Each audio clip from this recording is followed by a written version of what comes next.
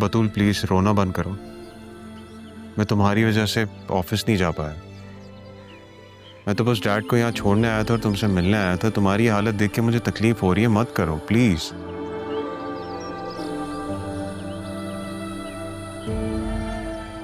कैसे संभालूं मैं? हम मुझसे जुदा होने जा रहे हैं। इस फ्राइडे निकाह है आपका। फ्राइडे को अभी हुआ तो नहीं है ना निकाह? कुछ दिनों में क्या कर लेंगे आप? तो मैं और क्या करूं? दिल दे चुका हूं, अपनी जान भी दे दूं तुम्हारे लिए। ऐसी बातें क्यों कर रहे हैं आप ज़रियून? तुम जानती हो ये रहा अगर चाहे तो वो इनकार कर सकती है। तो मजबूर हूं। आई नो कि तुम सोच रही होगी कि मैंने अपनी सारी जिंदगी एक ऐसे मुल्क में गुजारी है जहां पे सबको अपनी जिंदगी जीने का हक होता है।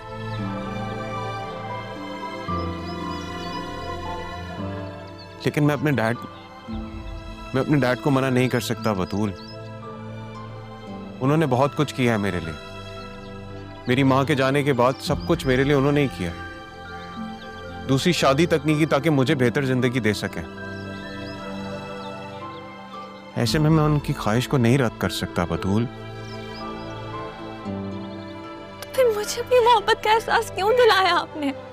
बतूल मैं यहाँ शादी ही करने आया था और जब तक मैं ये बात डैड को बताता कि मैं तुम्हें पसंद करता हूँ, उन्होंने अपनी ख्वाहिश मेरे सामने रख दी। मैं क्या करूं? दादा जान की भी ये आखिरी ख्वाहिश है। मेरी मजबूरी को समझने की कोशिश करो। अगर कोई है जो इस रिश्ते से इनकार कर सकता है तो वो राहा है, लेकिन उसके रवैये से ऐसा लग नहीं रहा। वो तो बहुत खुश ऐसा लग रहा है वो एंजॉय कर रही है। आप जानते हैं, मामा मुझसे कह रही थी कि मैं राह और आपकी शादी की तैयारियां कर। आप ही बताएं, मैं ये सब कुछ कैसे करूं ज़रियून?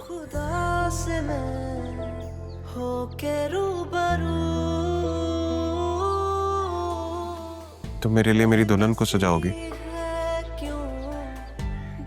बतूल?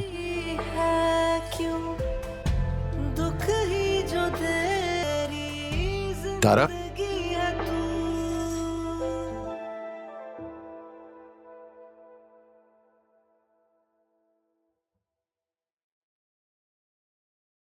वक्त ने बहुत बदल दिया है। वक्त का तो काम ही बदलना है। जब वो खुद बदल जाता है तो हमें बदलने की भी ताकत रखता है।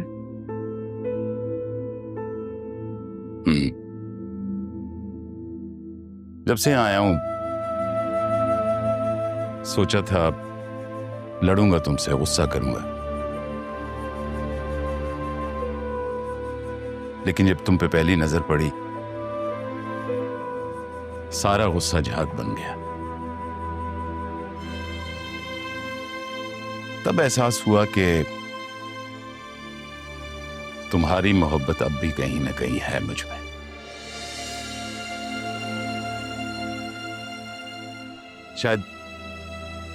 शायद इसीलिए जब ताया जान ने राह के लिए ज़रियून का रिश्ता बोला तो मैं इनकार नहीं कर सका।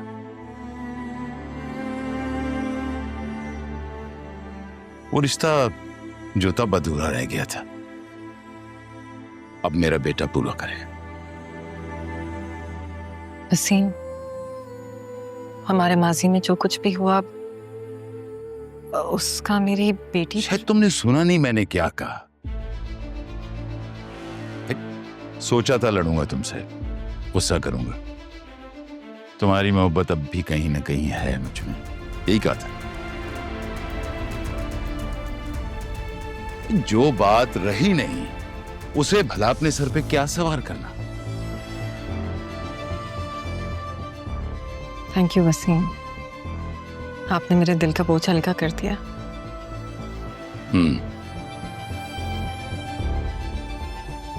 दिल का बोझ हल्का करने ही तो यहां तक आया हूं मैं।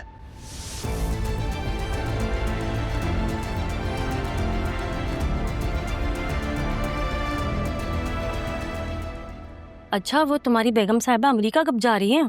पता नहीं, रोज आजकल कह रही हैं। मुझे नहीं लगता कि इनका इरादा भी है जाने का कि नहीं। अच्छा मैं तुमसे बाद में बात करती हूँ, जरा काम सारा अपना निपटा लूं। खालदा, ये किचन का क्या हाल बनाया हुआ तुमने? वो जी आज आसिया बीबी ने किचन में वक्त गुजारा है। मैं अभी सारी चीजें समेट के रख देती हूँ, वापस इनके ठिकाने। वो मेरे शौहर की कॉल आ गई थी ना, तो उससे बात करने लग गई थी। क्यों, क्या बतूल बीबी का फिर कोई रिश्ता आया? बतूल बीबी का तो पता नहीं, लेकिन राहा बीबी का निकाह हो रहा है जुम्मे के दिन जरियुन साहब के साथ। उनके अब्बू आके बैठे हुए।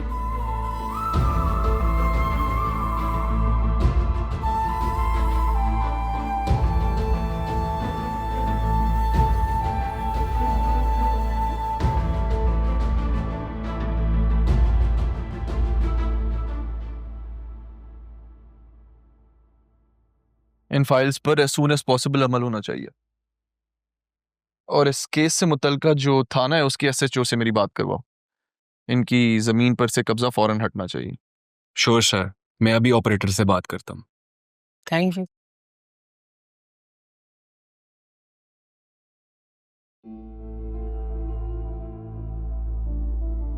अच्छा जुबैर, अगर मैं तुमसे कोई जाती काम करने को कहूँ तो क्या तुम कर सकोगे? जी सर, आप बताइए प्लीज। वक्त आने पे बताऊंगा।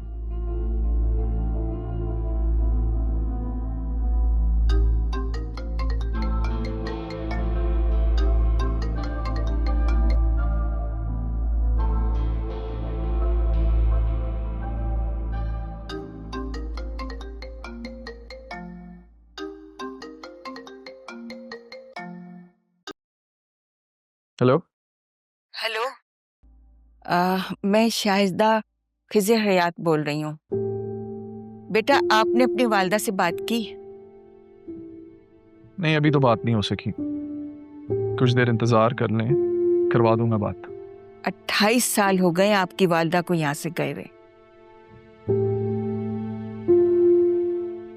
वो खुद तो चली गई हैं, मगर हमारा सुकून भी अपने साथ ले गई हैं। बेटा, एक बार मुलाकात करा दो अपनी वालदा से। देखिए मिसेस हयात, दादी, आई एम सॉरी। आप मुझे दादी कह सकते हैं। पहले मेरी माँ को बहू तो तस्लीम कर ले, फिर इस बारे में भी सोच लेंगे। देखिए, जिन रिश्तों के साथ वक्त ना गुजरा हो ना, उन्हें रिश्तेदार कहने में वक्त तो लगता है। खैर, आप बेफिक्र रहे, मैं उनसे बात करके आपको बता दूंगा। तब तक इंतजार कीजिए।